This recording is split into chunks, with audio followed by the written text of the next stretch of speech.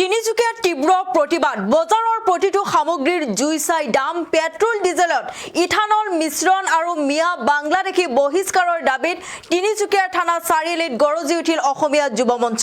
আজি অসমীয়া যুৱ মঞ্চৰ তিনিচুকীয়া জিলা সমিতিৰ উদ্যোগত এক প্ৰতিবাদী কাৰ্যসূচী ৰূপায়ণ কৰা হয়। সংগঠনটোৱে চৰকাৰক সকিয়নি দি কয় যে যদি অতি সোনকালে এই সমস্যাসমূহৰ সমাধান নহয় তেন্তে আগন্তুক দিনত তীব্ৰ আন্দোলন গঢ়ি তুলিব। অসমীয়া যুৱ মঞ্চই প্ৰতিটো সামগ্ৰীৰ মূল্য বৃদ্ধি হৈছে তাৰ বিৰুদ্ধে প্ৰতিবাদ সাব্যস্ত কৰিছে অসমীয়া যুৱ মঞ্চই। লৈ আহিছো সবিশেষ খবৰ। অসমীয়া যুৱ মঞ্চৰ প্ৰতিবাদ অত্যাৱশ্যকীয় সামগ্ৰীৰ মূল্য বৃদ্ধিৰ বিৰুদ্ধে প্ৰতিবাদ সাব্যস্ত কৰিছে অসমীয়া যুৱ মঞ্চই। পেট্ৰল ডিজেলত ইথানল মিশ্ৰণৰ বিৰুদ্ধে প্ৰতিবাদ সাব্যস্ত কৰিছে অসমীয়া যুৱ মঞ্চই।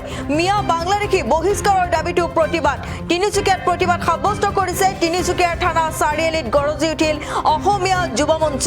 মূল্য বৃদ্ধি পেট্ৰল ডিজেলত ইথানল মিশ্ৰণ আৰু মিয়া বাংলাদেশী বহিষ্কাৰৰ দাবীত অসমীয়া যুৱ মঞ্চৰ গৰ্জন। তিনিচুকীয়াত তীব্ৰ প্ৰতিবাদ সাব্যস্ত কৰিছে বজাৰৰ প্ৰতিটো সামগ্ৰীৰ জুই চাই দাম পেট্ৰল ডিজেলত ইথানল মিশ্ৰণ আৰু মিয়া বাংলাদেশী বহিষ্কাৰৰ দাবীত তিনিচুকীয়াৰ থানা চাৰিআলিত গৰজি উঠিল অসমীয়া যুৱ মঞ্চ। অসমীয়া যুৱ মঞ্চৰ তিনিচুকীয়া জিলা সমিতিৰ উদ্যোগত এক প্ৰতিবাদী কাৰ্যসূচী ৰূপায়ণ কৰা হয়।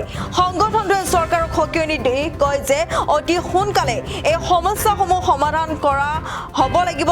যদিহে অতি সোনকালে এই সমস্যাসমূহৰ সমাধান নহয় তেন্তে আগন্তুক দিনত তীব্ৰ আন্দোলন গঢ়ি তুলিব বুলি হুংকাৰ প্ৰদান কৰিছে অসমীয়া যুৱ মঞ্চই।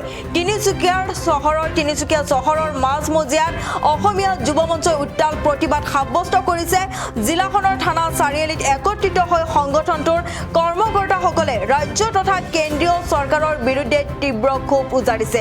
বিশেষকৈ বজাৰত অস্বাভাৱিক হাৰত বৃদ্ধি পোৱা অত্যাৱশ্যকীয় সামগ্ৰীৰ মূল্য বৃদ্ধি নিয়ন্ত্ৰণ কৰিবলৈ চৰকাৰক দাবী জনাইছে প্ৰতিবাদকাৰীসকলে।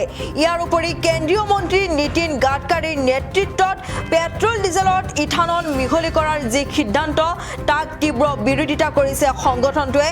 ইথানল মিশ্ৰণৰ ফলত বাহনসমূহ নষ্ট হৈ পৰা বুলি দাবী কৰি ইয়াৰ সম্পূৰ্ণ খৰচ চৰকাৰে বহন কৰিব লাগিব বুলিও তেওঁলোকে দাবী কৰিছে।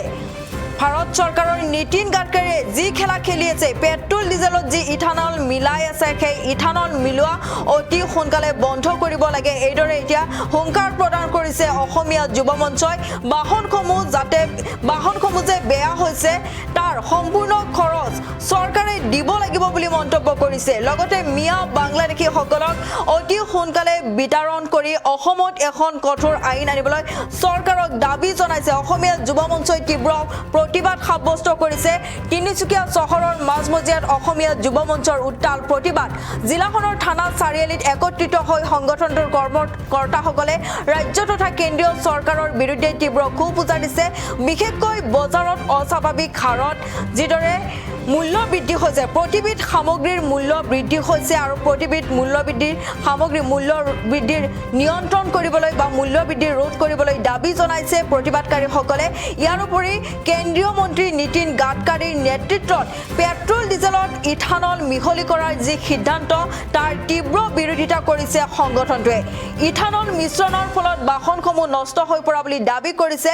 লগতে বাহনসমূহ ঠিক কৰাৰ ফলত যি খৰচ হ'ব সেই খৰচ চৰকাৰে বহন কৰিব লাগিব বুলি তেওঁলোকে সকীয়াই দিছে। ভাৰত চৰকাৰৰ নীতিন গাডকাৰীয়ে যি খেলা খেলি আছে পেট্ৰল ডিজেলত যি ইথানল মিলাই আছে সেই ইথানল মিলোৱা অতি সোনকালে বন্ধ কৰিব লাগে। এইদৰে দাবী কৰিছে অসমীয়া যুৱ মঞ্চই। বাহনসমূহ যে বেয়া হৈ আছে তাৰ সম্পূৰ্ণ খৰচ চৰকাৰে দিব লাগিব বুলি দাবী কৰিছে। লগতে মিয়া বাংলাদেশীসকলক অতি সোনকালে বিতৰণ কৰি অসমত এখন কঠোৰ আইন আনিবলৈ চৰকাৰক দাবী জনাইছে। মন্তব্য আছে, আমি মন্তব্য শুনাই লৈছো। হয়, যে অসমীয়া যুৱ মঞ্চ তিনিচুকীয়া জিলা সমিতিৰ উদ্যোগত আজি আপোনাৰ প্ৰতিবাদী কাৰ্যসূচী লোৱা হ'ল তিনিচুকীয়া মাজমজিয়া থানা চাৰিআলিত। আৰু এই প্ৰতিবাদী কাৰ্যসূচীৰ জৰিয়তে আমি অসম চৰকাৰ তথা ভাৰত চৰকাৰক আমি জনাই দিব বিচাৰিছোঁ যি আপোনাৰ বজাৰত আপোনাৰ যি জুই লাগি আছে মূল্যবৃদ্ধি অতি শীঘ্ৰে ৰোধ কৰক। অন্যথা কিন্তু অসমীয়া যুৱ মঞ্চ তথা আমাৰ অসমীয়া যুৱ মঞ্চ যিমান অসমৰ সদস্য আছে সকলোৱে কিন্তু জংগী আন্দোলন কৰিবলৈ বাধ্য হ'ম। আৰু লগতে আমি অসমীয়া যুৱ মঞ্চ তিনিচুকীয়া জিলা সমিতিৰ ফালৰ পৰা আমি ক'ব বিচাৰিছোঁ যে ভাৰত চৰকাৰৰ আপোনাৰ যি নীতিন গাডকাৰী যি এই খেল খেলি আছে যে আপোনাৰ যে পেট্ৰলৰ ডিজেলত যি ইথানল মিলাই আছে সেই ইথানল মিলাই অতি শীঘ্ৰে বন্ধ কৰিব লাগে।